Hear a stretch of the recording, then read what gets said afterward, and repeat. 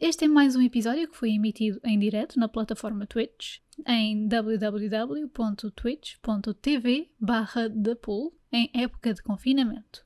Estes episódios estão a ser intercalados com outros previamente gravados em estúdio antes deste contexto onde nos encontramos.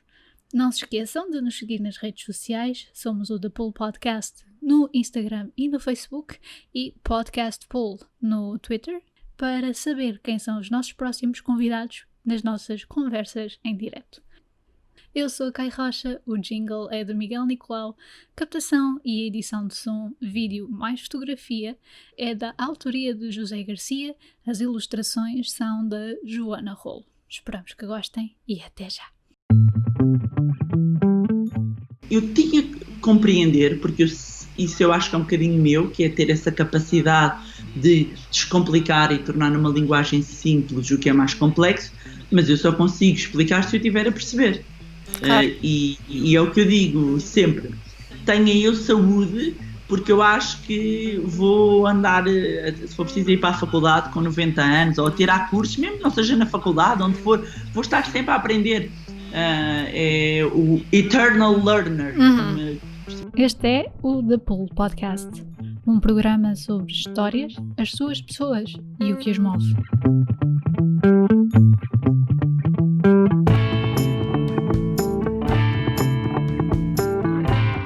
Neste episódio falámos com Bárbara Barroso, antiga jornalista.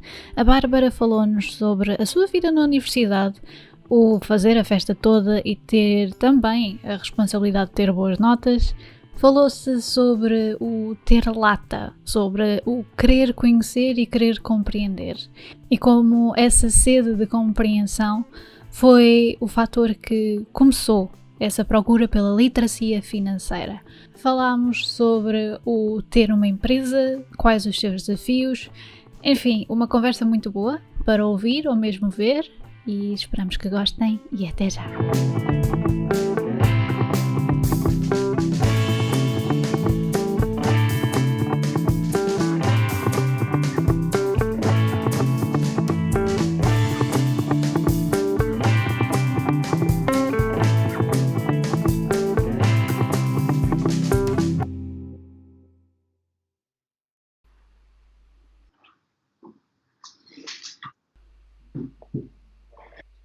A ver se estamos live. Em princípio estaremos em breve. Cá estamos nós. Olá pessoal, bem-vindos mais uma vez a um The Pool Podcast em versão live stream. Espero que estejam seguros em casa, ou se não estiverem seguros em casa, que estejam protegidos a trabalhar. Neste live stream temos uma...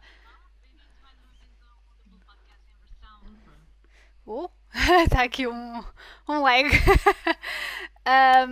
Temos uma convidada bastante interessante que vem aqui falar-nos sobre um tema que, digamos que tem muito que falar, quer seja nas redes sociais como nos mídias tradicionais. Portanto, em princípio, vou já dar agora, aliás, a palavra à convidada.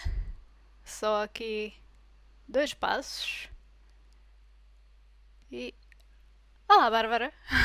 Olá, Bárbara. A primeira coisa que eu pergunto sempre, que eu peço sempre ao convidado, é que se apresente. Portanto, queres fazer as honras? As honras. Para me apresentar, resta saber a apresentação para lado mais profissional, lado mais pessoal. Como quiseres, como achares melhor.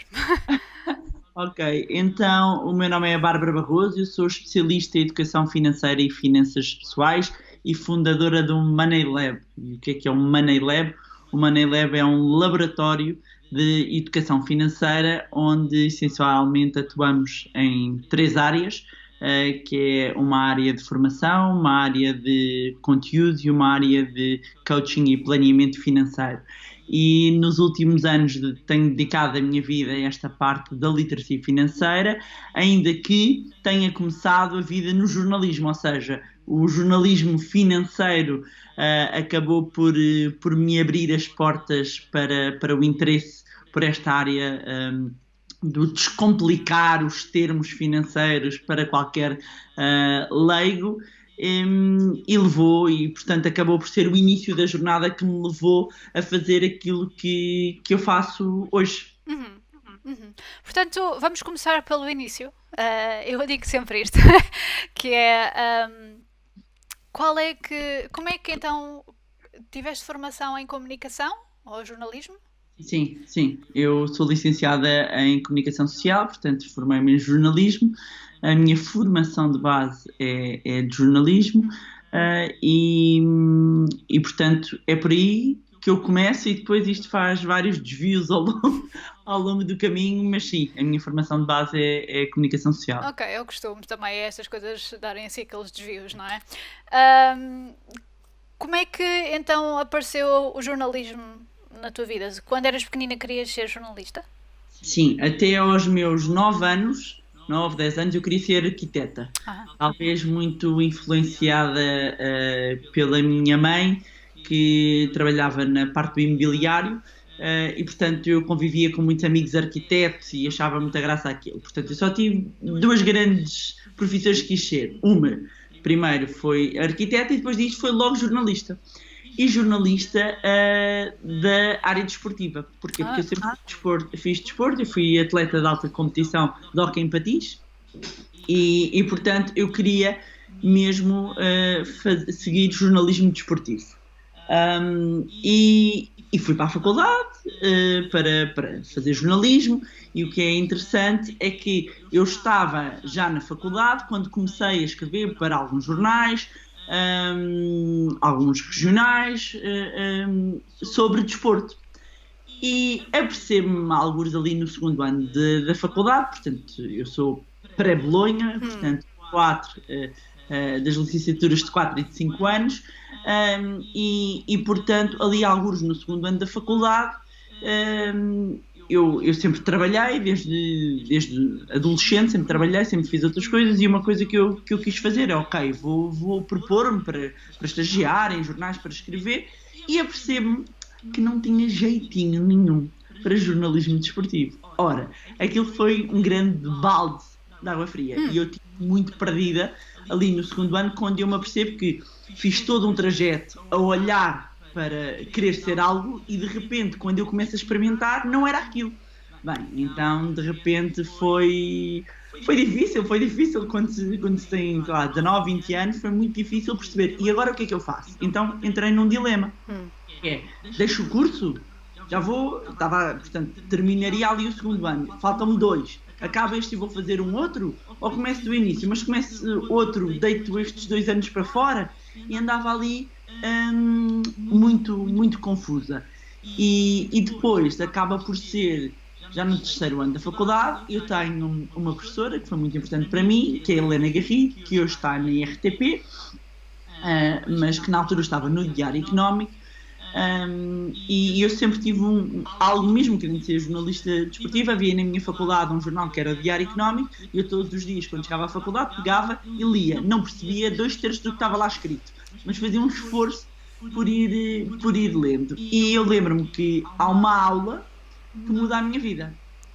Há uma aula onde basicamente nos estão a explicar o que é que era o orçamento, e o que era recessão. Obviamente estamos a falar de uma turma de pessoas que vêm de letras, portanto, a dormir, praticamente, não é? E de repente, quando fazem a pergunta, quando a Helena Garrido pergunta o que é recessão, portanto, tudo calado na aula, e eu levanto a mão e respondo o que era. E a Helena Garrido diz-me, fica espantada com a minha resposta, estava correta, e diz: bem, temos jornalista económica. E eu aquilo, de repente, lembro-me de, até fisicamente, andei assim para trás. Sim.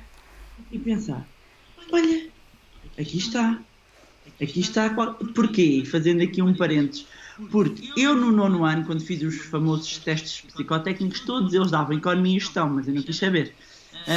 Ignorei, eu queria ir para a comunicação, ou seja, queria jornalismo desportivo, era para ali.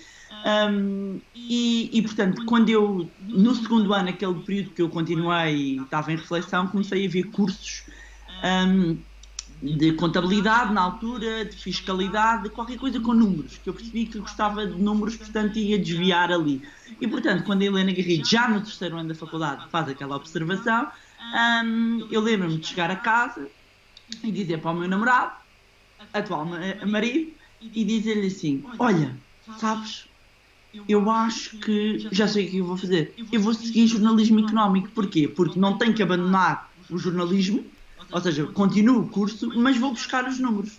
E assim foi. E portanto, de repente, já no terceiro ano apontei para ali, e depois no quarto ano da faculdade, quando cheguei, também acho que tive uma estratégia inteligente e que eu aconselho muito os jovens a fazerem.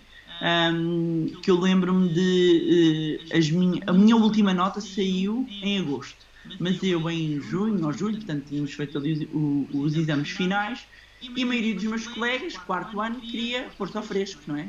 Ir para férias. E eu pensei assim, então mas esperem lá, se eu quero ir para um jornal tem menos gente, ou qualquer empresa tem menos gente no verão, eu só preciso que me deem uma oportunidade, depois de eu entrar depende de mim. Portanto, quando é que é mais fácil eu conseguir entrar? Agora que é verão que há menos pessoas? Ou depois do verão? E eu pensei, não, é agora. Portanto, enquanto está toda a gente aí de férias, mesmo os meus colegas, não é que ninguém fosse tentar jornalismo económico, ninguém ia tentar.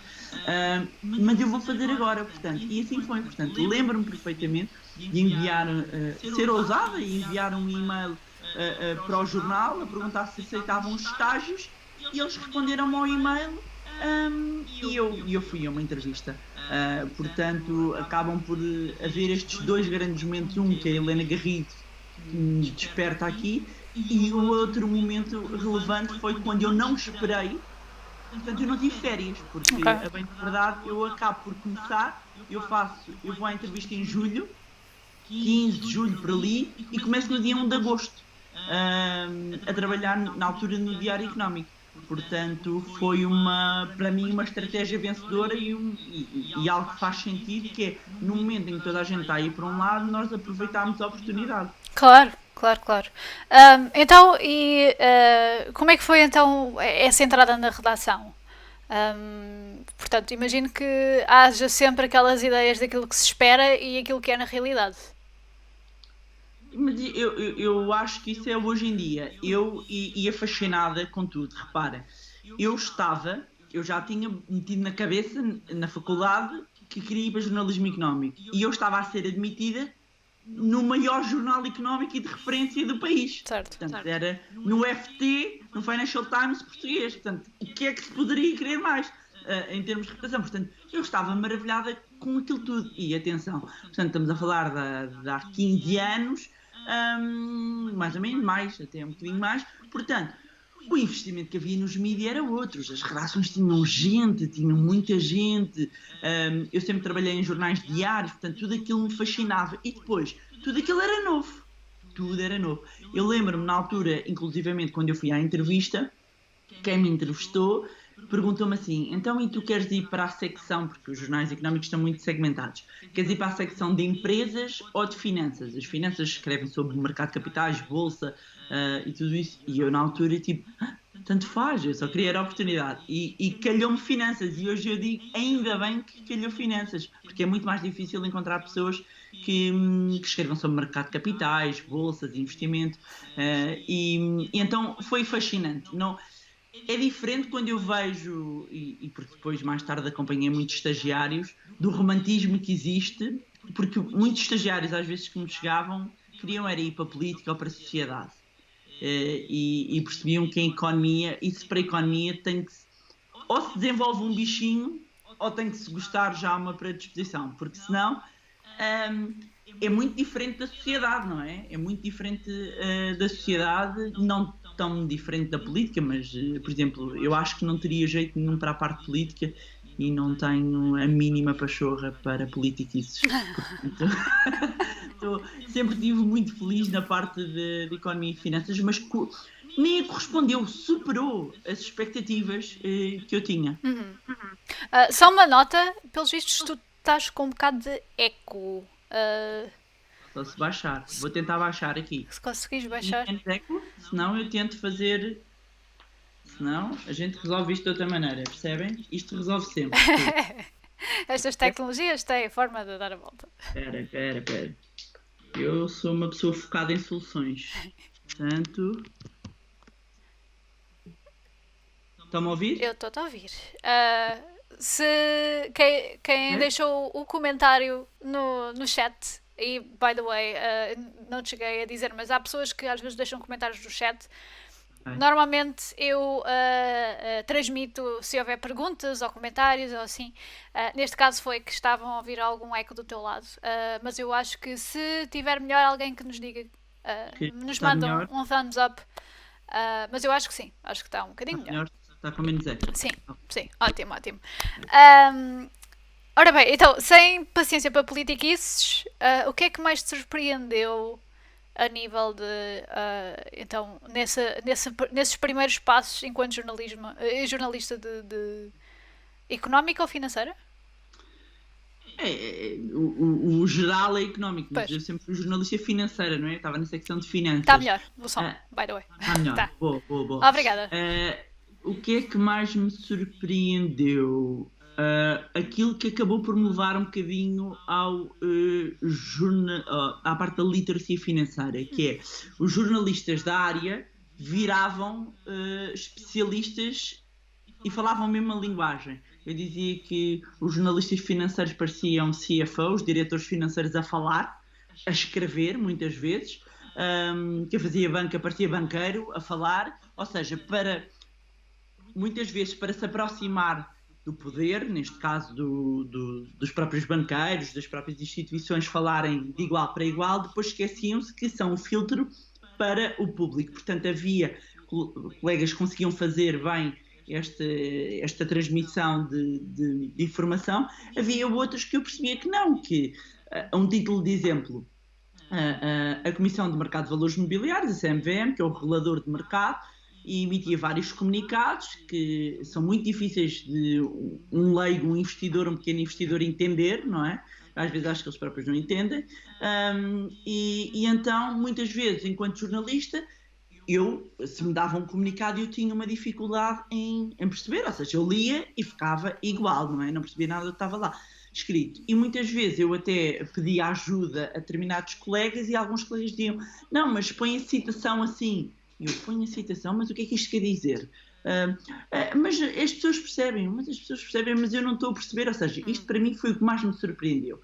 Foi, muitas vezes, não se descer, umas vezes porque os próprios jornalistas não estavam a compreender, não havia tempo e, portanto, vai assim. E eu acho que foi isso que começou a diferenciar um bocadinho a minha forma de estar, a minha carreira, que era, eu tinha que entender. Não me fazia sentido. E, portanto, quando não me explicavam, eu ia à procura e foi assim que a determinada altura eu digo, então se eu quero seguir esta área eu tenho que perceber.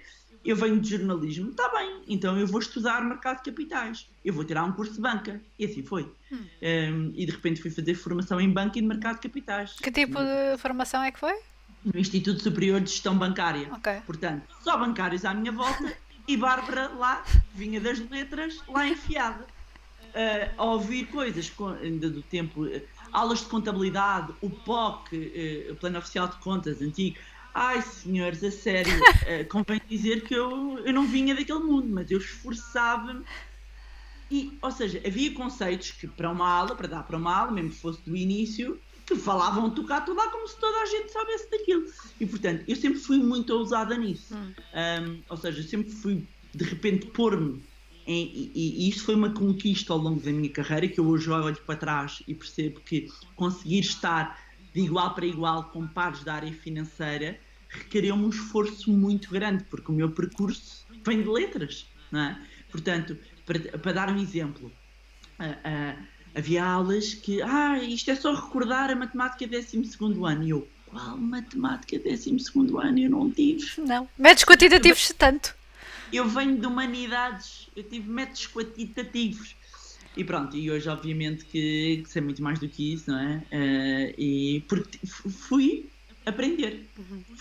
E eu sempre fiz isto. Portanto, eu quando queria perceber, eu lembro-me que houve não vou explicar o que é, nem vou entrar, mas houve um instrumento, para aí em 2005, que eram warrants, que é um instrumento derivado, é um instrumento altamente alavancado. O que é que isto quer dizer? Que eu com pouco posso ir buscar muito, mas também posso ganhar muito, também posso perder muito. Aquilo era extremamente complexo e eu enfinei que havia de perceber aquilo. Então chegou um momento em que havia um gestor de um banco, que era o Commerzbank, que era muito simpático e vinha cá sempre explicar, e ele já sabia que eu era das poucas jornalistas muito novinha que escrevia sobre aquilo. Portanto, eu fui-me especializando, inclusivamente, ou seja, o mercado de capitais interessava muito, mas tentava depois, eu tinha que compreender, porque isso eu acho que é um bocadinho meu, que é ter essa capacidade de descomplicar e tornar numa linguagem simples o que é mais complexo, mas eu só consigo explicar se eu estiver a perceber. Claro. E é o que eu digo sempre, tenha eu saúde, porque eu acho que vou andar, se for preciso ir para a faculdade com 90 anos, ou tirar cursos, mesmo não seja na faculdade, onde for, vou estar sempre a aprender. É o eternal learner, como costumo dizer, e eu acho que vou ser uma eterna aprendiz. Sim, e acho que isso tem imenso mérito, porque isso, ainda há pouco tempo estive a falar, acho que foi exatamente aqui, no podcast, que há pessoas que... tudo bem, que são especializadas até num certo assunto, mas que não se interessam em mais nada e não têm a curiosidade de saber mais coisas. E acho que há aí qualquer coisa que falta, não é? Que uma pessoa fica a perder um bocado com essa falta de curiosidade também, não é? Sim, para a minha maneira de estar, sim, eu não consigo. Aliás, eu padeço tanta curiosidade que às vezes tenho que me focar, porque às tantas desperto-me. Isto é um defeito, não é? Mas se eu consigo fazer na minha empresa todos os cargos, e muitas vezes, por exemplo, era preciso fazer um vídeo até. Eu se não sabia, amigos, bendito à altura dos tutoriais do YouTube, tanta coisa que eu já aprendi. Posso demorar 3 horas, mas eu chego lá. As ferramentas, mesmo ferramentas de marketing digital, lá vou eu ver tutoriais. Às vezes a minha assistente sabe que eu demoro a responder e já sabe o que é que ela anda a fazer, anda a ver tutoriais. Porque mesmo quando eu contrato até uma empresa ou um serviço, eu gosto de entender, eu gosto de perceber. E isto às vezes não é necessariamente uma qualidade, porque depois fica soberbada. É o que eu digo, é curiosidade, depois, porque eu quero acompanhar, eu quero saber muitas coisas. Claro que o tempo começamos a aprender a dosear um bocadinho, mas sou uma curiosa. E quando quero saber uma coisa, eu vou aprender. Ou descubro, hoje em dia a internet, é o que eu digo, o melhor amigo do homem, perdoem-me, não é o cão, é o Google. É o segundo lugar. Eu adoro cães, mas é verdade. É verdade. O Sr. Google vem nos salvar muitas vezes, é verdade. É verdade. E eu, por exemplo, agora também estou a tirar uma pós-graduação. E bem dito... Em quê? É um MBA. Boa, portanto, boa. É um bocadinho de tudo. Mas é engraçadíssimo porque eu lembro-me de estar na faculdade e o Google não ser o que é hoje em dia. E agora eu tenho muito mais facilidade até em perceber aquilo que eu não tinha percebido em aulas ou aquilo que eu não percebo nos meus apontamentos ou nos apontamentos que nos dão, porque consigo pesquisar e consigo ver outra forma de comunicar esse tema. Eu aprendi imenso em análise financeira, porque depois disso, em análise financeira, até com a calculadora que tinha que usar e isso tudo, porque às tantas o professor podia estar, mas a metodologia não estava a entrar, e havia colegas meus do grupo que eu às tantas mandava para o grupo, mandava vídeos, tutoriais, e eu disse, estive a ver este vídeo, eu agora já entendi, isto cash flow, não sei das quantas, agora que eu já percebi. E ia ver aulas, porque hoje em dia encontra-se, bem, dá para tirar cursos, não é? A formação até em grandes universidades, cursos de curta duração, fantásticos, portanto, aproveitando o isolamento, isso é que não passa pela cabeça, é as pessoas estarem a dizer que, não sei o que é de fazer, meus amigos, a Carolina não deixa mentir, para marcar isto foi um problema. Foi. Tomara eu ter tempo. Claro que há o desafio de ter os filhos aqui também em casa, como é óbvio, mas aproveitem para estudar, para aumentar o vosso valor, para aprenderem coisas novas. Não fiquem a bobear no sofá, como eu digo, não façam isso.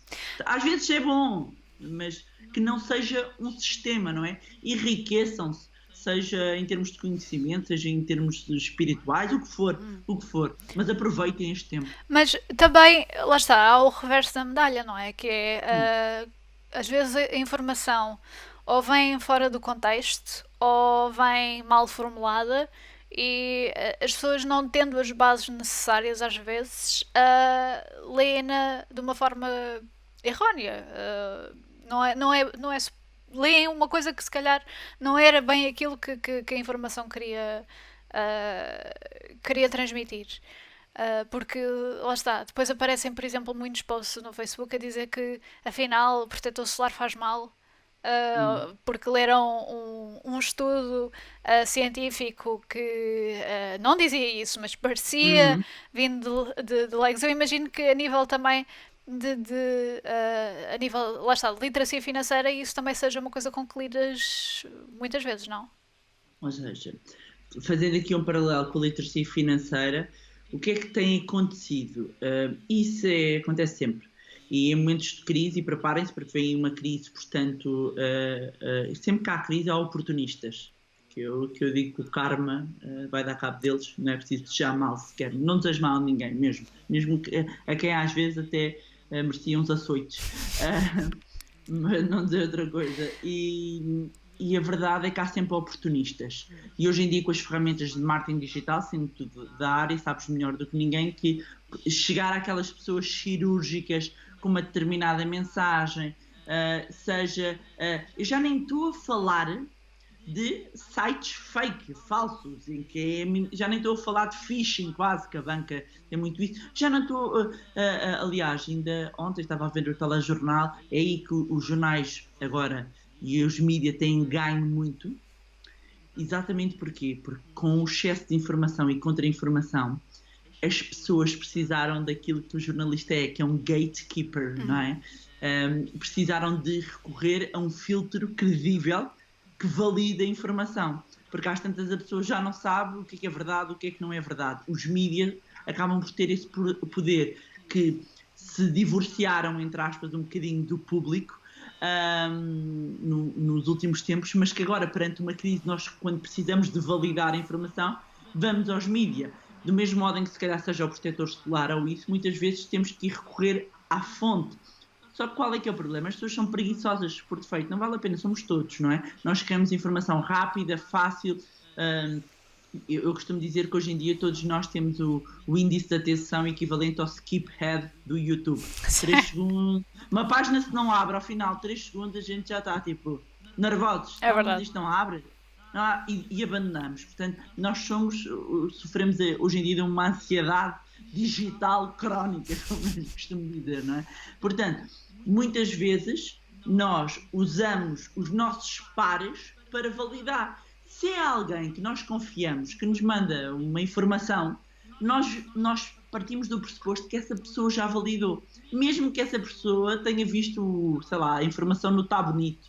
Estou a brincar aqui com eu conheço as peças, sim. Mas há aquelas pessoas que são aos desconfiados e depois há aquelas pessoas que acreditam em tudo. Está na internet, é verdade.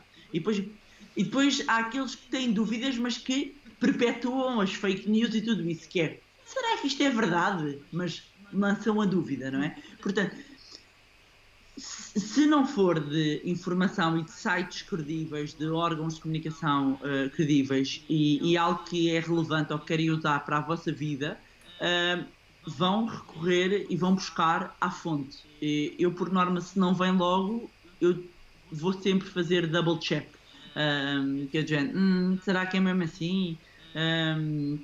E mesmo às vezes, é engraçado que ainda há 2 dias estava a ver uma imagem que um analista amigo meu tinha partilhado e que supostamente até era da Reuters, mas eu tenho que ir ver no site porque era uma imagem, porque eu sei lá se usam a imagem da Reuters porque acontece, usam, não é, os logos, portanto, eu tive que ir ver no site, porque eu já nem acredito muito nas imagens, sobretudo no atual momento que nós estamos a passar.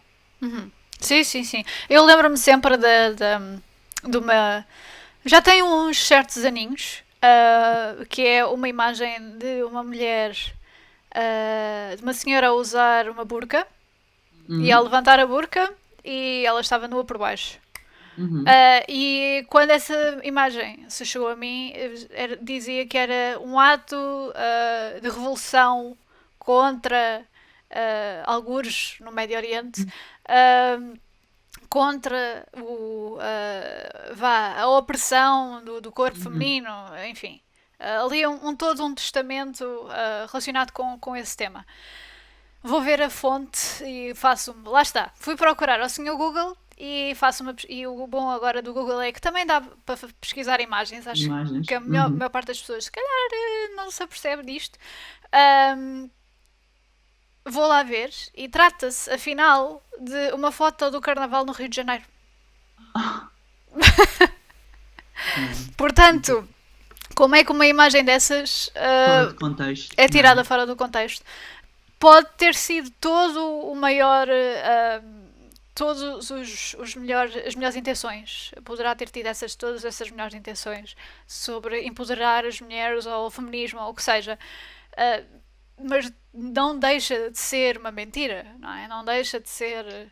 Eu, por defeito, o que vem nas redes já não acredito. Isto inverteu-se. Portanto, a informação que acredito logo à partida, e mesmo vindo dos mídias, e já aconteceu os mídias serem enganados e depois como a expressão que usamos nos mídias é um pica à notícia do outro e aquilo perpetua-se e, portanto, isso é o pior que pode acontecer para os mídias, não é? É de repente pegar numa notícia que não é verdadeira, os outros, e às tantas, um órgão de comunicação social fazer undo, não é?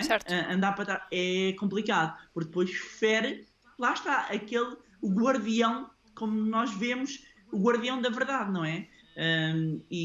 Portanto, hoje em dia tudo o que vejo na internet, como normalmente bandeira ou toda a gente assim, eu desconfio. Pois, e agora ainda por cima naqueles grupos de WhatsApp que também fazem circular coisas estapafúrdias, desde aquelas mensagens em cadeia que na altura dos e-mails era já um bocadinho irrisório e agora mudou de plataforma.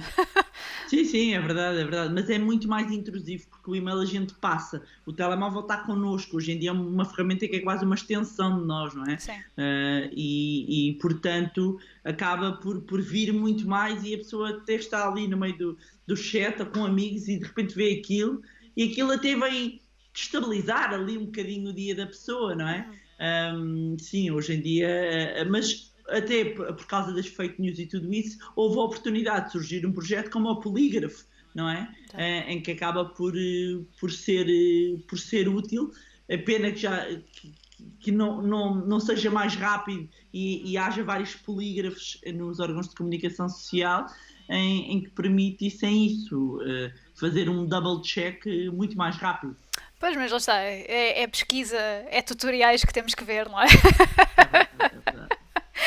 Ainda, enquanto que a inteligência artificial não fizer os fact-checkings por nós, teremos que ser nós a fazê-lo, não é? Porque... É verdade. Portanto, jornalismo financeiro, tiveste então essa missão de compreender os mercados, o estado da economia, toda essa nomenclatura e todos esses processos que imagino que ainda continuam a ser um grande mistério para a audiência geral. Como é que foi, no entanto, a reação dos teus colegas de trabalho? Não, os meus colegas de trabalho acabavam por sempre até me pedir conselhos e ajudas, ou seja, o que é que aconteceu? Eu lembro-me que depois até fiquei encarregue, mesmo muito nova, de desenvolver um caderno de finanças pessoais. Fiquei responsável, havia um que era o dinheiro e ócio e eu, no Diário Económico, eu ficava responsável pela parte do dinheiro e escrevi coisas muito giras e aprendi imenso, porque depois repara bem, era fantástico, porque eu pensava num tema que eu até queria aprofundar e saber mais, e portanto, eu propunha o tema e depois ia falar com os especialistas sobre aquele tema. Portanto, eu fiz um MBA em Fast Forward de finanças. Sendo que e é engraçado porque eu ainda recentemente voltei à faculdade e eu percebi como a faculdade está distante e ensina tanta coisa pesada ainda e teórica que é porque eu tenho o exemplo de quem não era da área e conseguiu fazer um caminho com um conhecimento. Eu estive em sala com pessoas de áreas de economias e de finanças e que eu percebo que tenho muito mais conhecimento do que elas. Porque o meu conhecimento, eu fui logo straight to the point, percebem? Ou seja, eu fiz o caminho ao contrário. Enquanto se calhar muitas vezes vem a base económica, a macro, até a micro, o mercado de capital, eu fui sabendo muito de uns sítios e depois é que fui ampliando para a macro, foi ao contrário. E para mim foi muito mais interessante e foi muito mais relevante. Mas eu lembro-me de, por exemplo, escrever muito, quando nós mudámos para o euro, escrever muito sobre a Euribor. A Euribor é uma taxa interbancária muito utilizada no cálculo da prestação do crédito à habitação, no cálculo de outros empréstimos, e eu percebia daquilo a potes. E porque eu interessei-me por aquilo, mas lá está, e é assim que as coisas se encadeiam, que é, eu estava na área financeira. O crédito à habitação é um produto muito relevante para os bancos. Estamos a falar de um contrato com um cliente de 30, 40 anos, ok? Portanto, eu escrevia sobre o produto, portanto, eu primeiro tive que perceber o produto. Tive a vantagem, depois tinha estado no Instituto Superior de Gestão Bancária, que era ótimo para saber muito produto. Depois, eu fui perceber como é que se calculava aquilo. Nunca nenhum colega tentou saber a fórmula atrás. Eu quis saber a fórmula matemática de cálculo de uma prestação da casa. Para quem é de finanças ou de economia, sabe que aquilo é trazer cash flows, é simples. Mas eu não era dessa formação, portanto eu tive que aprender o que é que cada uma das coisas, ou seja, o efeito aqui da taxa de juros, do tempo, do capital, tudo isso. Pronto. E depois eu percebi que eu tenho que perceber de política monetária, porque a Euribor é uma taxa de mercado que está ligada a uma taxa de referência do Banco Central Europeu. Então, se eu tenho que perceber, eu tenho que estudar. Então comecei a estudar sobre política monetária. E é assim que eu fui alargando o meu conhecimento, porque as coisas estão interligadas e, portanto, eu tinha que saber de política monetária. O que é que acontece? Quando um colega de economia, porque há a secção de economia, havia a secção de finanças, há a secção, nós estamos muito segmentados, a secção de empresas, quando um colega de economia precisava de escrever sobre o BCE vai subir taxa, baixa taxa, depois era preciso fazer um texto ao lado de que impacto é que isto tem para as famílias. Certo. E que é que chamavam a Bárbara, porque a Bárbara fazia aquilo e eu percebia dos dois mundos. Então, a minha relação com os meus colegas foi sempre excelente, tive sempre imenso apoio dos diretores, sempre me deram imensa margem para eu crescer, sempre me ouviram e isso foi a melhor coisa que me podia acontecer, ou seja, eu nunca me acomodei, mas também nunca me cortaram as pernas. Ótimo. E isso foi fundamental. Portanto, eu tive muita sorte, eu costumo dizer que a sorte dá muito trabalho, não na parte que me competia, porque aí depende de mim, mas de facto de ter apanhado excelentes colegas que ficaram amigos para a vida. Foi os melhores tempos da minha vida em termos de trabalho, e ter apanhado diretores que me escutavam, não é? Que tinham uma palavra a dizer e o que é que eu achava. E eu era novinha, 20 e poucos anos, quer dizer, ter ali o diretor a chamar, Bárbara, o que é que tu achas sobre isto? Mas eu era muito ousada, eu sempre fui. Por exemplo, vou-vos dar 2 exemplos que eu tentei fazer. Eu tentei entrevistar o Trump. Ok. Na altura, antes de tudo isto. Antes do Trump ser isso, né? Era só um empresário. Certo. Eu tentei entrevistar. Mal sabemos nós. Eu tentei entrevistar o Warren Buffett, que é só o maior investidor de todos os tempos e um dos homens mais ricos do mundo. Portanto, e muitas vezes diziam que era maluca. E eu dizia, o não está garantido. Claro que foi extremamente. Eu lembro-me que o Warren Buffett pediu para mandar um fax e depois tínhamos a uma carta e tínhamos que enviar, a secretária dele, tínhamos que enviar qual é que era a tiragem do jornal e tudo isso. Portanto, eu na minha cabeça, olha, lembro-me uma vez que aconteceu assim, eu queria fazer uma reportagem sobre as bolsas que ainda têm flor. O que é o flor? É a negociação quando eles andam lá com os papelinhos, hoje em dia é tudo eletrónico. Certo. E eu queria fazer, e a Bolsa de Nova Iorque estava na minha bucket list, não é? Na minha lista de sonhos. Um dia tenho que ir à Bolsa. E já fiz, check. Está feito o check. E na altura eu pensei, quem é que eu devia falar? Eu devia falar com o presidente da Bolsa de Nova Iorque. Vou ao Google, que já existia, Bolsa de Nova Iorque, não sei o quê. Fala Bárbara, o meu nome é não sei o quê, nanana. E ao terceiro telefonema, eu estava a falar com ele. Uau! Pois, lá está. Sim, outra vez que era uma outra coisa, eu só estava... era um trabalho que tinham pedido até da secção, que havia um caderno de lifestyle, e havia uma coisa qualquer da Sony, já não me lembro o que era. E eu disse, então e se ligássemos para o diretor da, não sei o que, da Sony Pictures? E elas olharam para mim, dizendo, está bem, então tenta. E lá vou eu, ao Google. Ou seja, eu nunca foi um limite para mim, eu nunca parti do pressuposto que não conseguia. Eu ia lá e tentava. Não é? E muitas vezes consegui. E muitas vezes eu tive muita gente que em Nova dizia, sabe o que é que eu achei? Eu achei graça à sua ousadia. E a maior parte das vezes as pessoas gostam dessa ousadia. Eu tive ótimos mentores porque de repente tive acesso, a alguns deles até como jornalista. Eu disse, eu gostava de poder encontrar-me consigo e trocar algumas ideias. E as pessoas ficam assim a olhar. Gostava. Não lhe vou tomar muito tempo, mas gostava. Eu gostava de o ter como um mentor. E as pessoas verdadeiramente abertas, as pessoas de bom fundo gostam de partilhar conhecimento. Certo. Quem é genuinamente bem sucedido, não andou a roubar, não tem problemas em partilhar, não tem segredos para o sucesso, ao contrário do que a gente possa pensar. Agora, não podemos chamar ladrão à pessoa e depois querer e perguntar coisas, não é? Que faz? Mas as pessoas são muito mais abertas, muito mais predispostas.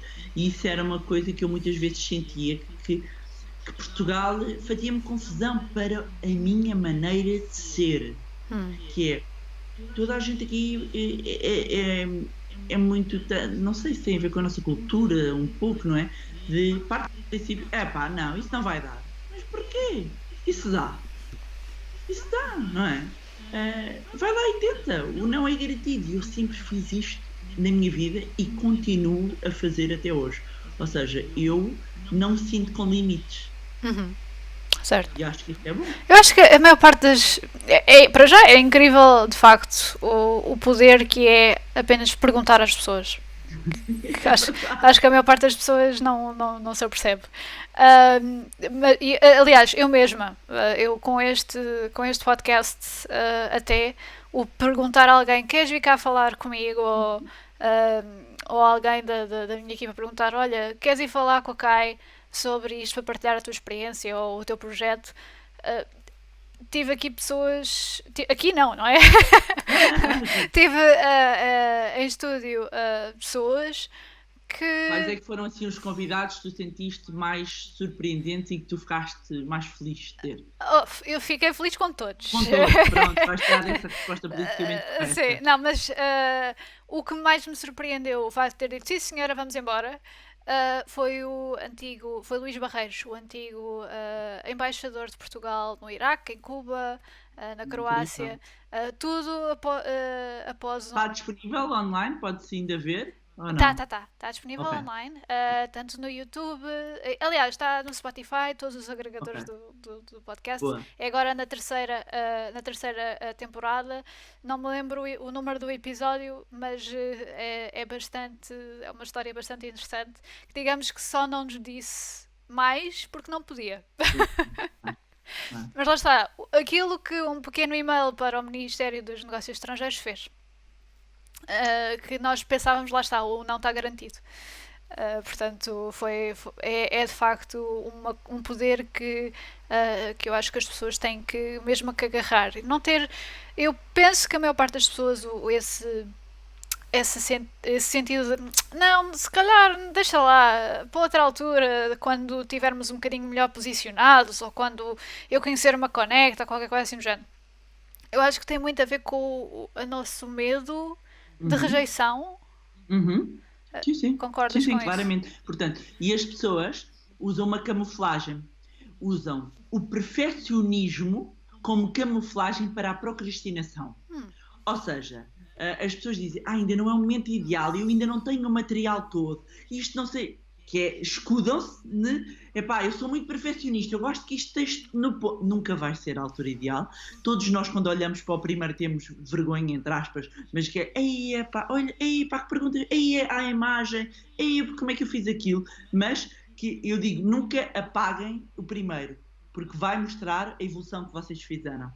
E portanto, é fantástico quando nós, de repente, ousamos começar, mesmo quando achamos que não vai estar ali ninguém, é o medo da falha, da rejeição, quer dizer, isto vai aos nossos instintos mais básicos, não é? Nós temos, enquanto seres humanos, necessidade de pertença, não é? E a necessidade de pertença vai lá atrás, no nosso cérebro, nos nossos primórdios, onde nós precisamos da aceitação em grupo, porque em grupo sobrevivíamos e sozinhos não, basicamente. Portanto, isto está muito inscrito na nossa parte comportamental, da própria economia comportamental estuda isso, está mesmo ali muito no nosso inconsciente, no nosso subconsciente. Portanto, nós só temos que... Medos vamos ter sempre. A questão é, o que é que eu faço perante o medo?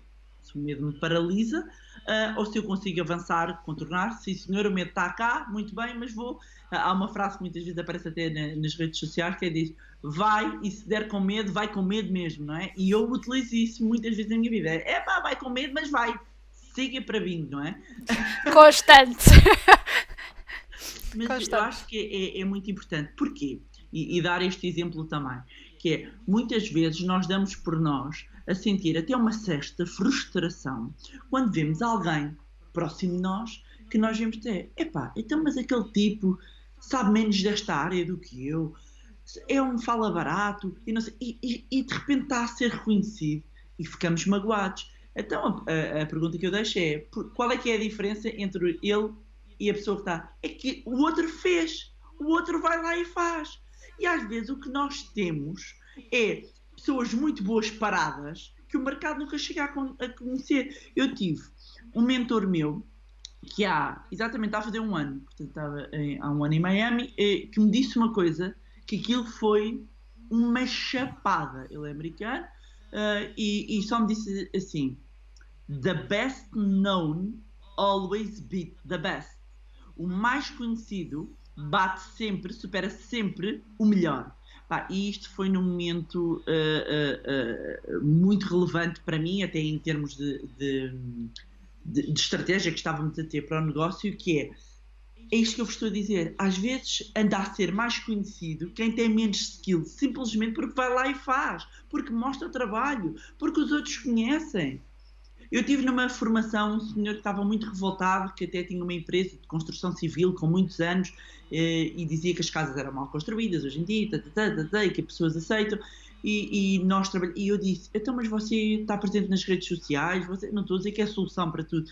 Não, o passa a palavra, é o que funciona. Eu, tudo bem, mas por exemplo, olha, imagina, eu até estou a precisar de coisa mas se eu não souber de si, se você não me dá a conhecer a mim, como é que eu vou saber de si? Como é que você cresce em termos de negócio? Como é que nós nos mostramos aos outros? Mas eu sou tímido. Então pagas o preço por essa timidez.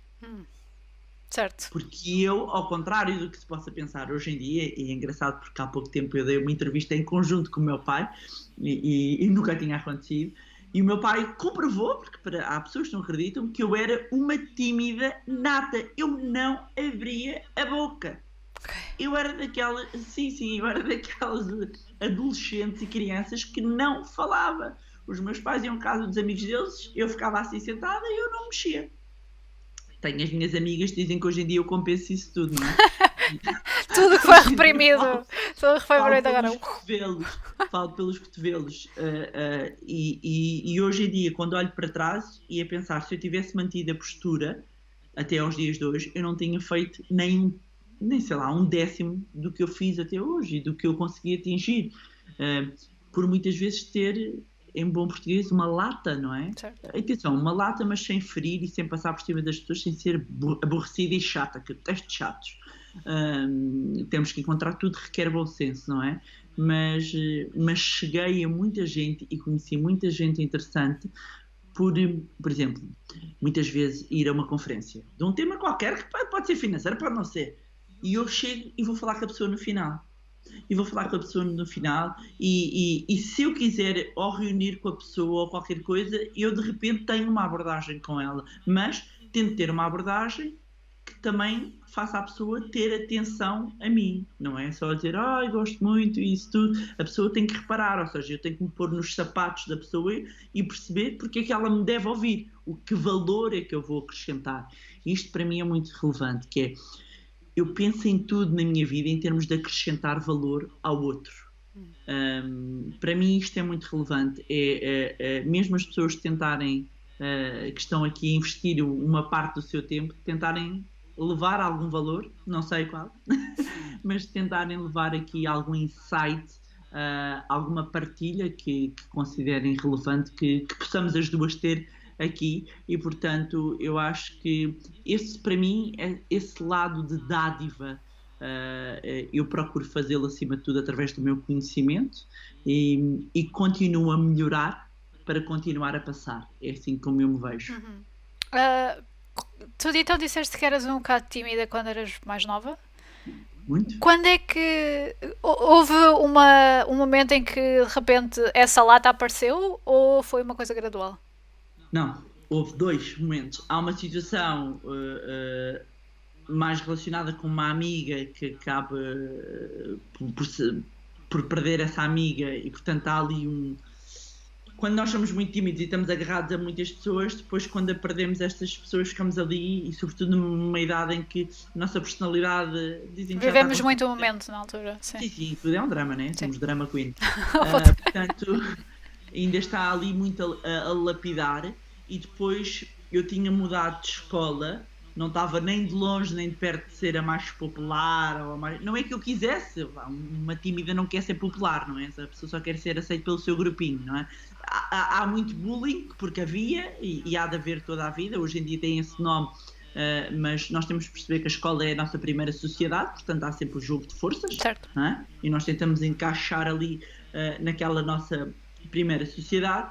E é na passagem do 12º, ou seja, eu acho que é no 11º que eu começo a sentir-me desconfortável e começo a perceber que eu perdia, eu era divertida, mas era uma divertida que só os meus primos em casa e a minha mãe e os meus pais é que sabiam, mas ninguém sabia, tinha muita vergonha, pensava que não ia ser aceito. E portanto o desporto foi-me ajudando a libertar. Portanto, com as minhas amigas do hóquei, eu era muito palhaça, e sou muito palhaça até hoje, mas era muito palhacinha e divertia-me imenso. Portanto, foi ali uma família importante para me dar. O desporto deu uma confiança. E depois eu percebi que na escola, e eu andei depois até ao 12º ano, não foi desde pequena, na outra escola, desde o 7º ao 12º ano, a gente de um dia para o outro, para uma adolescente é difícil chegar, mudar de ano e agora deixei de ser tímido e agora, uau! Então, eu tomei a decisão, foi uma decisão interior, que com a mudança para a faculdade, que ia ser uma nova Bárbara. Porquê? Porque ali ninguém me conhecia. Certo. Portanto, aquilo que já estava, eu já queria deixar sair o meu eu, mas tinha vergonha porque ali conhecia-me há muito tempo, portanto ia ser esquisito. E então eu tenho essa plena consciência que depois, bem, para vocês terem noção, eu fui caloira do ano. Portanto, imaginem, eu saí da que não falava para caloira do ano na faculdade, porque a ramboia era comigo. Eu fui à festa das faculdades todas, eu via festa de Católica, Isqueté, ISEG, não interessa, onde havia festa, Bárbara estava lá. Então de repente foi uma catarse que eu acho que dos últimos, sei lá, a partir dos 16 eu comecei a sentir isso, comecei a querer, mas a escola era a mesma, tudo é o mesmo, portanto eu sentia que vai ser esquisito, não é? Eu não me sentia com estrutura emocional para ser gozada, sei lá, eu não sabia se ia ser aceito, não é? Certo. Então fiz essa mudança consciente na faculdade, portanto, e esta mudança acontece com 18 anos. Pois, certo. É engraçado porque isso a mim aconteceu-me do básico para o secundário. Mudei de escola e de repente houve ali qualquer coisa tipo aqui algumas pessoas conhecem, mas não o suficiente para me gozarem, portanto há aqui uma oportunidade para me reinventar. Agora que penso, estou a pensar alto contigo e a pensar, se calhar eu devia mudar os meus filhos de escola, coitados, me matavam.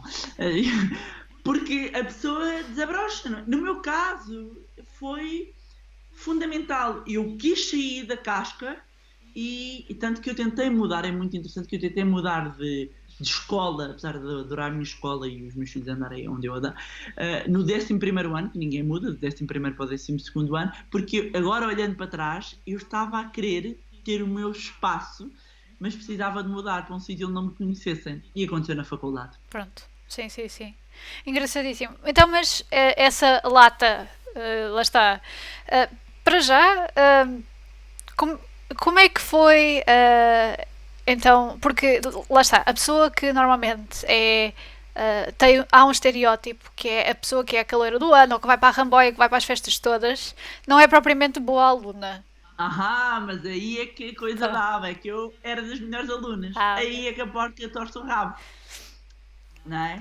E eu lembro-me de muitas vezes, é porque depois eu sempre vivi esses binómios, que é, eu era a número 1 das festas, o tempo todo, todas as festas, eu sempre tive um lado muito conservador e um lado muito rebelde, não é? Portanto, eu tinha o namorado, aliás, eu estou com o meu marido há 18 anos, não é? Portanto, por um lado muito sossegada num lado, mas por outro sempre gostei muito de festas e eu hoje olho e vejo que na minha vida, eu até com a literacia financeira falo isso e eu digo não tem de ser aborrecida, porque eu percebi que o humor e o entertainment também pode ajudar-nos a aprender aqui, a soltar, sobretudo temas tão pesados. Mas eu era das melhores alunas, portanto, aqui havia, não me perdia, não é? Não me perdia, podia, lá está, se não andasse sequer na ramboia, poderia ter ainda melhores notas, mas eu era das melhores alunas. Ok, sim. Mas atinei mais a partir do 3º ano, foi quando eu foquei. Eu ali no 1º, 2º não fui das melhores, era das melhores, mas não fui das melhores. Eu fui das melhores a partir do 3º ano. Porque andava muito focada na festa, não é? Sim. Andava na fiesta. A parte do autoconhecimento também, que eu acho que... Eu precisava desse espaço. E porque depois, portanto, eu não morava em Lisboa, e não moro em Lisboa, moro nos subúrbios, mas tudo isto, 30 km de diferença, a pessoa sai do ninho da mãe, não é? Sai do ninho da mãe, vai para um sítio novo, escola nova, amigos novos. Agora conduzo, tenho um carro e de repente todo um mundo novo. Sim. E de repente não dormia. Sim. Pois, eu ia perguntar. Trabalhava. E trabalhavas ao mesmo tempo? Sempre trabalhei. Ok, uau. Ok, então não dormias, de certeza? Não dormia. Portanto, eu seguia a política do nosso Presidente da República de normalmente 4 horas durante a semana e depois, ao fim de semana, hibernava. Okay. Era a minha técnica. Okay. Dias de semana 4 horas, fim de semana 10, 12. Mas andava num horário ao contrário das pessoas, não é? Era capaz de me deitar quase de manhã e acordava tipo, não façam isso, é muito diverti-me imenso e para mim era fundamental, que é, podia-me estar a divertir muito, mas eu sabia que eu tinha que fazer nem que fosse os mínimos olímpicos para me manter à tona naquele período. Não me arrependo nada de não ter tido melhores notas naquele momento, não, foi muito importante para mim, para a construção de uma nova Bárbara, aquela liberdade. Certo. muito, muito importante. E hoje até agradeço à minha mãe essa liberdade, porque de repente a minha mãe, completamente mãe galinha, mas esqueçam a mãe galinha, a minha mãe é a mãe dessa mãe galinha que vocês pensam. Portanto, era tudo isto. Eu de repente, de andar ali um pitainho que andava preso, passei para uma andorinha a esvoaçar, a descobrir o mundo, não é? Sim. Amigos, mas eu também não fazia nada de mal, não pensei que é raboia, calma, mas eu só mesmo era dançar. Eu era a condutora cool, porque eu não bebia. Ok. Sim. Pois eu tenho essas dicotomias, não é? Todas as mães dos meus colegas adoravam que eu levasse o carro porque eu não bebia. Era como acontecia também a mim. Eu era a condutora dos bêbados. Sim. Eu às vezes dizia assim, se eu paro numa operação stop, ele só de aproximar o balão explode só do vidro. Pá! Porque com os bêbados todos a dormir dentro do carro. Certo. É verdade. Então, imagino que passar de pessoa que era consultada pelos seus próprios colegas para tratar desses aspectos da economia e das finanças e até da política económica, um passo para ser comentadora de economia em si foi um passo muito pequenino, certo? Para mim foi enorme. Ok, sim. Foi enorme, não é? Para mim foi gigante. Então, como é que acontece? Pela minha capacidade de explicar de maneira simples. Nós temos ali um momento em Portugal das OPAs, ofertas públicas de aquisição, quando uma empresa tenta comprar a outra, está cotada, está a negociar na bolsa. Eu tenho sempre isto, eu faço sempre disclaimers a tentar explicar. Ainda bem, então... eu imagino. Já agora deixo aqui a nota, quem nos estiver a ver, se tiverem alguma dúvida e não perceberem de alguma coisa, deixem uma mensagem no chat. Okay. E então, basicamente havia um momento das OPAs, da SONAI e depois do BCP e do BPI, e eu conseguia explicar aquilo de uma maneira muito, muito simples. E mesmo quando havia as bolsas de repente subiam, então eu já não sei dizer a primeira vez que eu fui, mas basicamente ou teria sido para fazer uma revista de imprensa de manhã, basicamente dizer as notícias dos jornais, e quando eu vou, de repente há muito bom feedback e as pessoas gostam e o público gosta, então começam-me a chamar cada vez mais. A primeira vez que eu acabo por ir curiosamente até a um jornal foi com, nunca mais vou esquecer, aí não me esqueço, porque foi num jornal na TVI, portanto a primeira vez que a pessoa decide é num jornal na TVI com o Júlio Magalhães Correia. Portanto, eu acho, houve alturas que eu ia entrar e pensei que ia desmaiar, que ia me dar uma coisinha má, eu até dizia na altura, não sei se era Marisa, era namorado, não sei, estou muito anos com o Pedro, e eu só dizia, ele foi comigo na TV, lembro perfeitamente, e eu dizer, acho que tenho que ir à casa bem, e eu estou-te a chamar, e ele estás com os nervos, eu não, eu disse, estou muito nervosa, o coração, né, parecia que ia saltar pela boca, mas depois o feedback, isto é como tudo na vida, não é? Depois a pessoa vai uma vez, e acabou por ser isso, acabou por ser a facilidade que eu tinha em explicar, porque reparem, se já é requerido quando trabalhamos no Jornal da Economia, quando falamos num canal nacional, mais ainda, não é? Certo. Sim. E então, de onde é que apareceu o Money Lab? Porque... como é que chegamos aqui?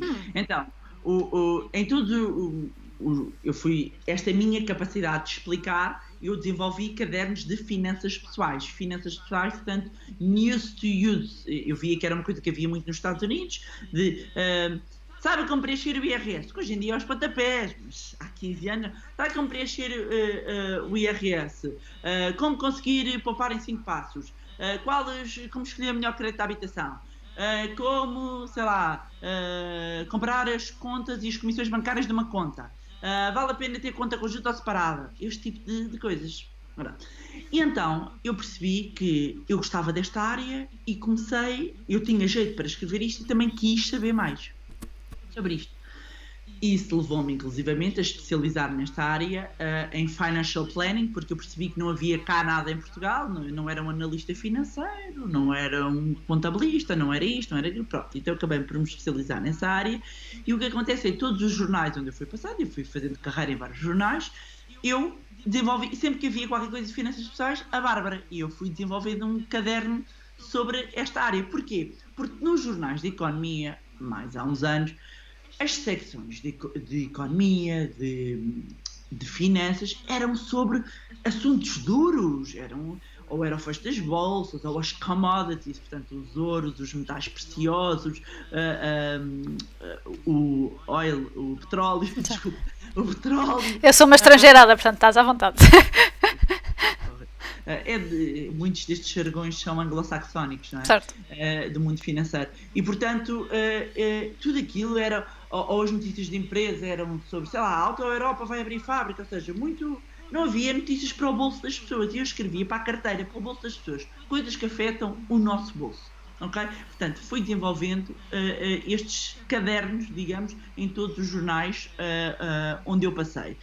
E fui aprendendo aquilo para a minha vida e fui conhecendo algumas pessoas até bem-sucedidas e comecei a aplicar aquilo também na minha vida.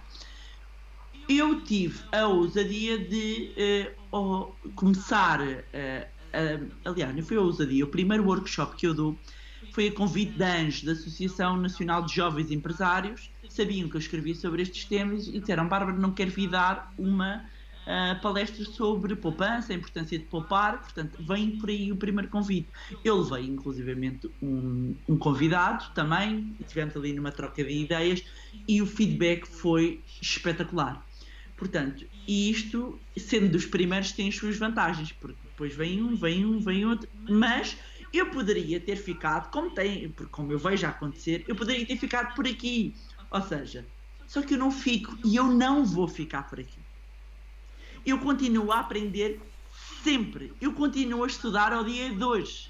Eu todos os dias estudo e estudo mercado de capitais. Todos os dias eu estou em frente a uma tela do ecrã e estou a aprender mais sobre curto prazo, longo prazo. Eu todos os dias eu aprendo mais sobre coisas que afetam financeiramente o bolso das pessoas. Eu fui me especializando em finanças comportamentais, por perceber porque é que umas pessoas fazem e outras não fazem. Portanto, há uma área comportamental aqui, portanto, vou também aprofundar sobre isto. E tive que investir muito dinheiro na minha formação, muito dinheiro em formação lá fora, que mais de metade não se aproveita para cá, outras que eu já consigo ter essa capacidade de adaptar para a nossa realidade e, claro que ao final de 15 anos já tenho metodologias próprias, não é? São muitos anos a olhar para isto todos os dias e, sobretudo, a amar o que faço. Eu amo o que eu faço. Eu costumo dizer, eu adoro pessoas e dinheiro. E o que eu faço junta os dois mundos. Portanto, é maravilhoso. Eu sou super feliz a fazer o que eu faço. Portanto, a determinada altura, eu fui dando cada vez mais palestras, em paralelo com a atividade de jornalista, e mesmo depois estando próximo até dos meios como os bancos, como também as seguradoras, tudo isso, eu muitas vezes desafiava: olha, vocês, a maneira como têm o site é esquisito, vocês deviam ter um blog onde explicam às pessoas, deviam ter a obrigação de ter... Ou seja, de repente eu fui tendo cada vez mais solicitações até para... Bárbara, lembro-me de ter convites, inclusivamente do Instituto de Formação Bancária. Bárbara, o que é que acha sobre isto, da nossa revista? Porquê? Porque a experiência, eu trabalhava aquele tema e tinha a parte dos conteúdos, eu sabia trabalhar conteúdos da área financeira e chegava às pessoas, porque há quem depois não chegue, que é o que acontece ao quê? Às sociedades gestoras, tudo têm conteúdos, mas são muito herméticos, as pessoas abandonam aquilo, não é? Então, durante muito tempo eu acabei por ir fazendo ad hoc, até que resolvi criar uma marca, que era o Money-Lab, para começar a agregar. Não quis debaixo do meu nome, quis debaixo de uma marca que fizesse sentido, e foi pensada a questão do laboratório do dinheiro, e depois, e fazendo aqui a história curta, a determinada altura, como em tudo na vida, nós chegamos ao momento da bifurcação, em que as coisas começam a ganhar maior peso e, portanto, não dando para conciliar, nós temos que fazer uma opção, e eu optei por dedicar-me única e exclusivamente ao Money-Lab. E qual é o maior... qual é a maior problemática que tu encontras enquanto não só consultora ou financeira, como também como dona de uma pequena empresa? Primeiro de tudo O que levou, inclusivamente, e está na base do Money Lab, é o grande problema das pessoas, é a falta de literacia financeira. Eu costumo dizer, informação é poder, porque dá-nos poder para tomarmos melhores decisões, seja que informação do que for, não é? Eu trato da informação financeira, mas seja do que for, nós tomamos melhores decisões, não é?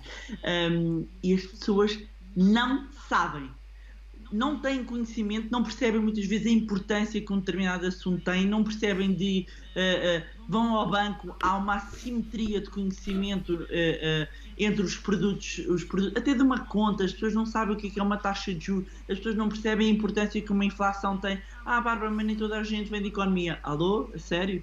Eu também não vinha de economia. Mas nem todos temos que estudar. Pois não temos que todos estudar e ter um grau aprofundado, mas devemos nos interessar pelo nosso dinheiro, não é? Devemos tentar, pelo menos, saber as bases daquilo que está relacionado com o nosso dinheiro, porque depois eu vejo pessoas, como nós tivemos na crise, a assinarem de cruz, a pôr dinheiro em coisas que não entendem e a perderem as suas poupanças, a perderem sem saberem o risco que estava associado a isso.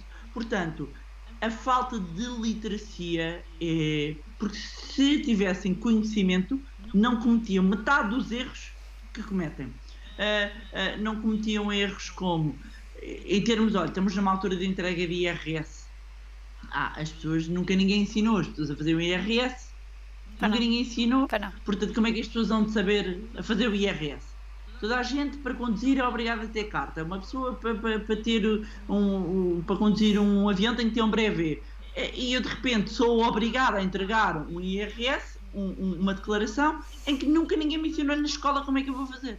É uma coisa que não me cabe na cabeça, não é?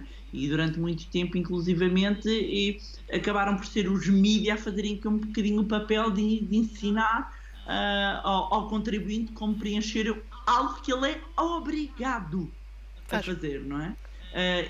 Portanto, diria que a falta de literacia, e por isso para mim é uma missão mesmo, é dar o conhecimento às pessoas. Nem toda a gente vai querer saber de mercado de capitais, não é preciso saber mercado de capitais, mas saibam pelo menos, quando vão ao banco, conseguir comparar e saber para onde é que têm que olhar para saber se aquele crédito à habitação é a melhor opção para mim.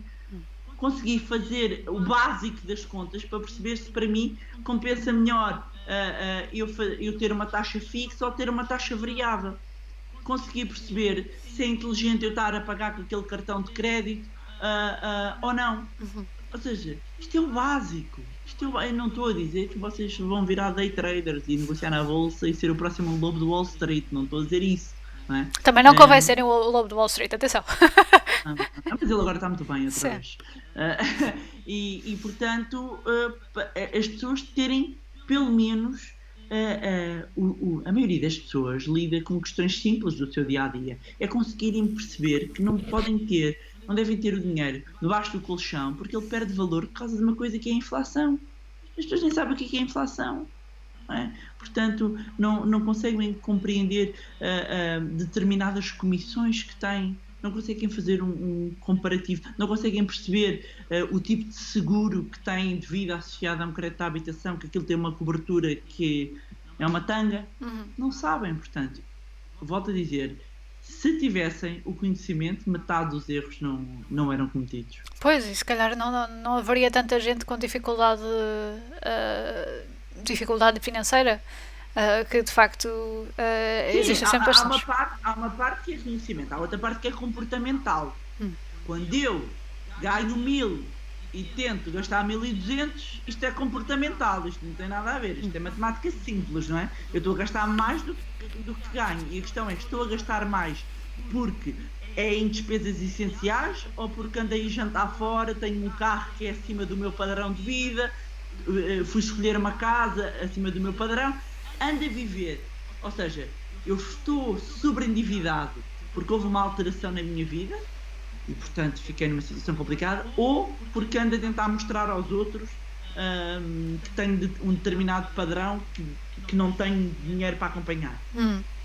Aí já não é conhecimento, aí é comportamental. Pois, sim, lá está, também se calhar haverá, eu pelo menos eu reparo, e na minha curta experiência de vida, que as coisas agora de repente, o status quo das pessoas passou a ser mais exigente, ou seja, as pessoas agora querem ter os telemóveis topos de gama, querem ter drones, querem ir aos restaurantes XPTO para tirar as fotografias para porem no Instagram, querem ir viajar imenso.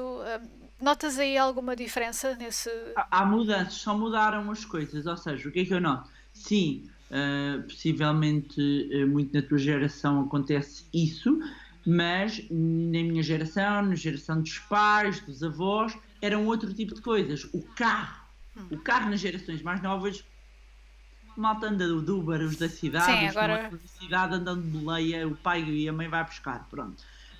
Agora, quando olhamos, por exemplo, para as gerações mais novas, tudo o que é experiências é mais valorizado. E os gadgets, gostam muito de gadgets e tal, mas as experiências, sim, vivem muito com o espelho. Olham para o Instagram como realidade. E isso para mim é o mais preocupante até nas gerações mais novas. Portanto, estamos a falar aqui dos Z, não é? Dos anos 2000, não é? Depois de nascidos 2000. E então aí o que acontece e é assim, que há bocado falávamos da questão das falcatruas e há muita gente a vender sonhos, olha o meu carro XPTO, eu estou aqui neste carro muito bem mandado e nestas casas e mesmo muito boas, então vendem um sonho, não é? Acabam por vender um sonho e toda a gente...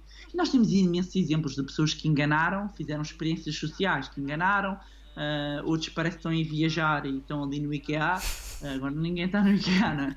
Mas há imensas que é para mostrar exatamente isso, que certo. Nem tudo que aparece no Instagram é verdade. É uma geração sim que vive muito o like. A aceitação hoje em dia passa muito por uma aceitação digital, que é estranho.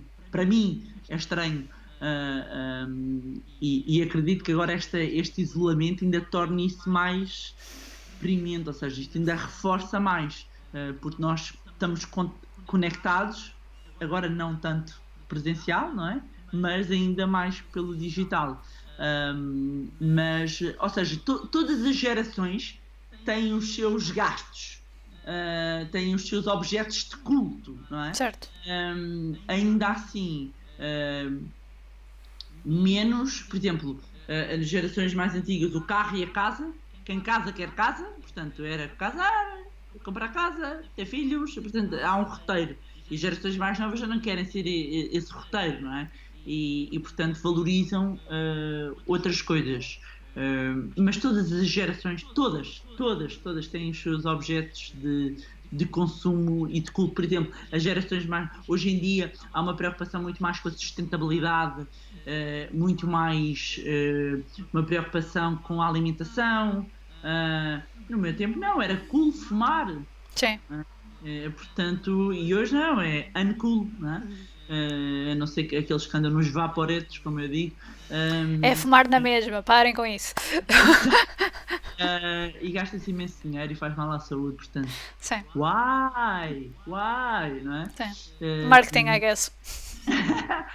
Não, cada um tem os seus vícios e eu acho que nestas coisas, eu não sou nada polícia, acho que as pessoas acabam por parar quando sentem que têm que parar. Não é? Acho que neste momento o efeito de grupo é muito grande, não é? A pessoa sentir que a maioria não fuma. Nós sentimos, engraçado, no outro dia falava com o meu marido, que hoje em dia parece que toda a gente é saudável, não é? Toda a gente está fit, está no ginásio, e a pessoa, mesmo que não tenha vontade, dá por si, lá está, a querer a pertença. Epá, eu sou a única que não vou ao ginásio, que não faço não sei o quê, não sei o que mais. Por dois efeitos, ou a pertença ou começamos a ver resultado, epá, aquela pessoa melhorou imenso a saúde, vê lá tu que até faz maratonas agora e era uma pessoa sedentária, e então aqui já é o efeito da inspiração, a mudança pela inspiração. E portanto todas as gerações têm as suas boas e as menos boas inspirações. E então a nível de empresária, qual é que tem sido o teu maior desafio? empresária, olha, o maior desafio tem sido o digital. Curiosamente, não é? Porquê? Porque, sou uma pessoa de pessoas, sempre tive muito presencial, comecei no presencial, não é? Sinto-me um bocado como aos bancos, não é? Começaram com os balcões, não é? Eu sinto que sou um banco a querer ser fintech. Portanto, a querer ser aqui mais digital. Esse acaba por ser aqui, para mim, acho que o maior desafio. Porque em termos, adaptamos bem, temos vários públicos-alvos, temos jovens, temos crianças, temos adultos, temos pessoas de quadros médios superiores, trabalhamos com equipas de futebol, portanto temos vários públicos, temos vários programas, vários produtos. Aqui a parte do digital, ou seja, desenvolver uma estratégia digital quando ainda há presencial, é desafiante, é isso, é um desafio. Tem sido esse desafio, mas o que temos feito mesmo a nível digital tem corrido muito bem. Ótimo. Queres então só explicar então, em que é que consiste o Money Lab? Porque eu acho que nós estivemos a falar sobre como tudo foi formado, mas não fomos ainda a fundo. Ok, então, Money Lab, como eu estava a dizer no início, é um laboratório de literacia e educação financeira, tem essencialmente 3 áreas. Então, numa área nós temos formação. A formação, nós damos programas de formação desde os mais novos temos 6 anos, os mais velhos 96. Temos programas até inclusivamente nacionais e em universidades de educação e de literacia financeira, como também damos palestras e workshops em empresas, como ao público em geral. De X em X tempos abrimos e damos workshops, masterclasses, cursos, programas de mentorias para quem quer saber mais sobre poupança, sobre investimento, com vários patamares, conforme o nível que a pessoa tenha. Além disso, trabalhamos com clubes de futebol, nós trabalhamos com o Benfica, portanto damos formação aos jogadores em termos de planeamento financeiro das suas carreiras. Também trabalhamos com pessoas na área da formação mesmo para os trabalhadores, porque foi uma coisa muito na crise que as pessoas perceberam, as empresas perceberam que as pessoas que não estiverem bem na sua vida financeira dificilmente vão estar bem a trabalhar, não é? Porque o foco está sempre ali na questão do dinheiro e ninguém partilha muitas vezes com o patrão que olha, eu tenho ali um problema em casa com esta parte financeira e isso, a não ser que seja uma penhora, e aí o patrão é informado, fora disso não sabe. Depois temos um outro lado que é de conteúdos. Produzimos conteúdos não só para clientes, como produzimos também para as nossas próprias plataformas, ou seja, o nosso site, temos um podcast que é o Money Bar. Ouçam, por favor. Eu sou fã. Sobre finanças pessoais, onde acabo por explicar vários conceitos de várias áreas do mundo financeiro, mostrando que o mundo financeiro a 360 graus é muito vasto. E depois temos uma terceira parte, que é a parte de consultoria e de planeamento financeiro, portanto, onde acompanhamos individualmente pessoas e famílias no planeamento das suas finanças pessoais. Portanto, estas são as 3 áreas de atuação do Money Lab. E, portanto, são áreas, ou seja, as pessoas, mesmo que não possam ingressar nas aulas, agora imagino que estejas sempre a fazer aulas online. Assim, nós já temos programas, já tínhamos desenvolvido programas online, agora tenho recebido muitos convites por causa da situação, porque agora está muita gente a fazer diretos o tempo inteiro, não é? Tantos Instagram lives, tantos. Eu vou-te dizer, eu acho que é demais. Pelo menos que façam uma coisa faseada, tipo, a uma hora faz um. Eu não tenho vida, às vezes são tantos que eu não tenho, e abandono, sabem? É demais. E nós enquanto seres humanos temos uma dificuldade em escolher entre muitas opções. Isto tem a ver com a forma de funcionamento do nosso cérebro. Que é uma área que me interessa muito, toda a parte neurocomportamental também, a parte aqui que eu gosto de estudar, e da neurociência. E, portanto, há aqui um momento em que eu dou por mim, entro no Instagram e tem tanto que eu não vejo nada. tanto que o Instagram, aquilo nem anda-se a conseguir fazer diretos como deve ser. Acho que há um overwhelm neste momento de conteúdos, não é?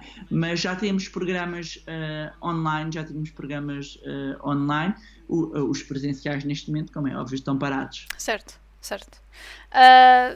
Então, mas essas pessoas poderão encontrar-vos aonde? Ou ingressar no site? No site MoneyLab. Neste momento os programas estão a decorrer, já estão fechados, portanto, mas se subscreverem a newsletter no site do MoneyLab, sempre que houver uma abertura de novos programas, recebem essa informação.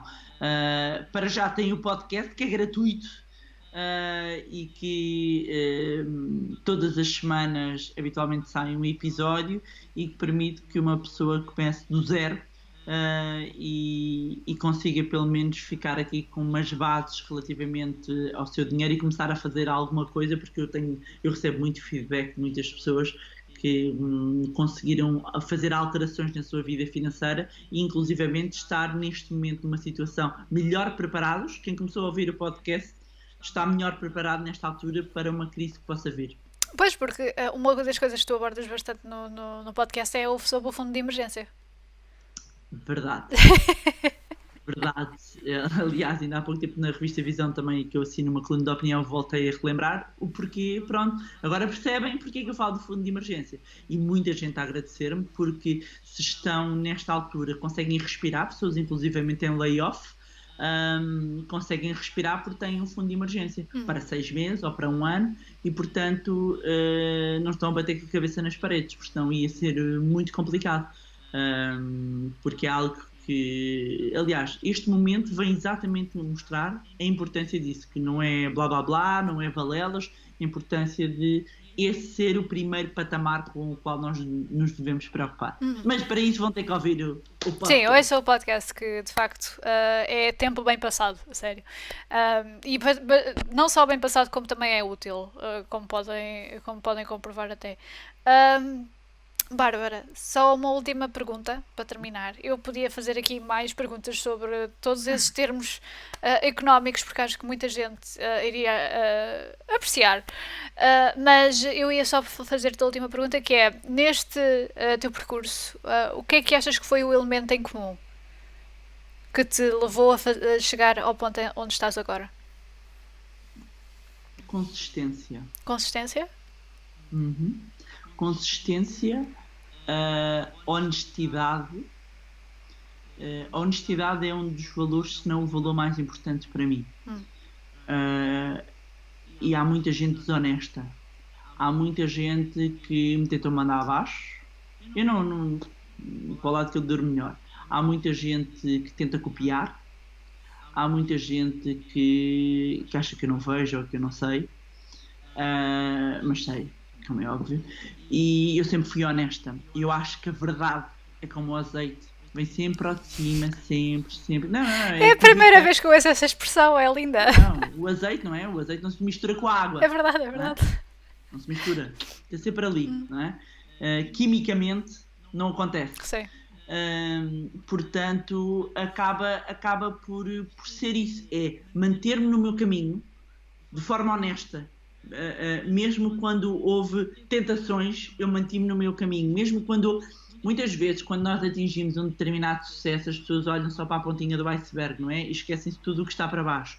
Eu costumo dizer, esquecem-se das travessias do deserto. E há um longo caminho até eu chegar onde cheguei. Agora há uma fase visível, não é? Isto é como a gente quando planta. Nós não conseguimos acelerar o ciclo da natureza. Portanto, se eu quero que dê morangos, se eu quero que dê uvas, eu tenho que plantar, tenho que regar, tenho que esperar. Não adianta, não vai acelerar, não é? Hoje em dia há quem se põe nos adubos e tal, mas depois a coisa está estragada, não tem o mesmo sabor, não tem a mesma qualidade.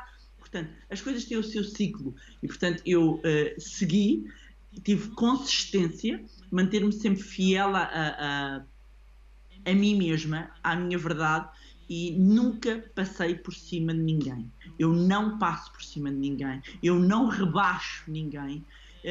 Eu faço o meu caminho e não ando a olhar para o que o outro está a fazer. Cada um deve seguir o seu caminho, e é assim que eu sempre vi. Ou seja, com eu uso um hashtag na minha vida, que é, e tenho isso até, não está aqui, está lá dentro, que é work hard, play harder. Isto resume a minha vida, é muito trabalho, mas diversão à grande. Eu tenho que me divertir e eu divirto-me imenso, mas trabalho muito, mas não sinto que é trabalho, porque eu faço o que eu amo. Portanto, há muito amor, há muita paixão, há muita dedicação, há consistência e honestidade.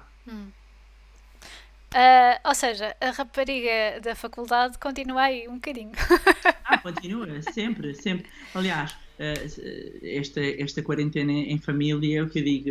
Eu às vezes digo, se isto tivesse uma GoPro, eu espécie uma família de malucos, mas eu amo a minha família, os meus filhos, o meu marido, a gente diverte-se imenso. À volta também fazemos comboiozinho, temos música aos altos berros em casa. Portanto, eu costumo dizer, no final do dia nós temos de ser felizes. E eu sou genuinamente feliz com a minha vida e procuro trazer genuinamente felicidade à vida dos outros. Eu acho que isso é uma ótima. É um ótimo drive, é um ótimo pull, aliás. Bárbara, muitíssimo obrigada por esta conversa. Obrigada pelo convite. Depois eu vou deixar todos os links que me deixaste sobre o Money Lab, sobre ti, das redes na descrição do episódio. Não te vás embora. Eu já vou falar contigo um bocadinho mais, mas muitíssimo obrigada. Isto foi ótimo e foi muito bom finalmente conhecer a voz por trás do podcast que eu costumo ouvir. Obrigada pelo convite. Ora essa. Pessoal, muitíssimo obrigada por estarem aqui connosco. Já sabem que nós somos o The Pool Podcast tanto no Instagram como no Facebook. Nós depois, quando este episódio sair, que vai estar ligeiramente intercalado, e digo ligeiramente porque ainda está um bocado incerto a nível de calendário, com os nossos episódios já previamente gravados. Nós vamos deixar todos estes links e estas ligações onde podem contactar a Bárbara, onde podem ver um bocadinho melhor o Money Lab, podem também ouvir o podcast, o Money Bar. Portanto, vamos deixar lá tudinho para que vocês estejam bastante elucidados a este respeito, porque é de facto importantíssimo. Muitíssimo obrigada. Se tiverem questões, comentários, contactem-nos. Somos poolpodcast@gmail.com. Se tiverem até sugestões de convidados, seria supimpa. Portanto, muitíssimo obrigada e não percam já na quinta-feira às 7 horas mais outro live stream com o Sérgio Ribeiro, CEO dos Planeteers. Vai ser uma conversa daquelas muito interessantes. Então, até logo.